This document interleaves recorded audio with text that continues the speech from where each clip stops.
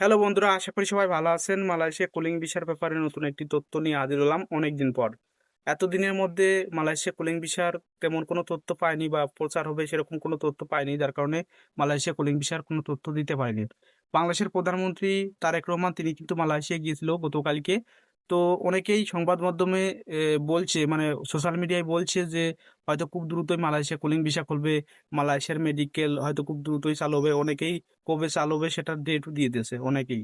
তো আপনারা এ সকল কথা শুনে কেউ আগেভাগে কারো কাছে টাকা পয়সা পাসপোর্ট জমা দেবেন না। যদি জমা দেন তাহলে আপনারা প্রতারণার শিকার হবেন। এখনো মালয়েশিয়া কুলিং ভিসা কবে খুলবে, কবে মেডিকেল চালু হবে সেরকম কোনো তথ্য পাওয়া যায়নি। আর যদি খোলে তাহলে অবশ্যই সবার আগে আপনাদের মাঝে শেয়ার করব।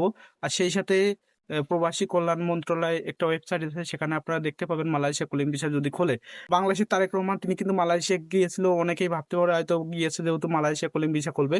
তবে মালয়েশিয়া কুলিং ভিসার কথাবার্তা হচ্ছে, কিন্তু চেষ্টা করছে বাংলাদেশের সাইড থেকে, অনেক চেষ্টা করছে মালয়েশিয়া কুলিং ভিসা খোলানোর জন্য। বাংলাদেশ প্রবাসীদের জন্য অন্যান্য দেশ অনেক কঠোর করে দিচ্ছে, ভিসা পাওয়া, তারপর কর্মী নিয়োগ করা অনেক কঠিন হচ্ছে। যে কে কিন্তু সোশ্যাল মিডিয়ায় দেখিয়ে টাকা পয়সা পাসপোর্ট জমা দিতে পারে, দালাল চক্ররা উঠিয়ে পড়ে রাখতে পারে, আপনারা সাবধান হবেন।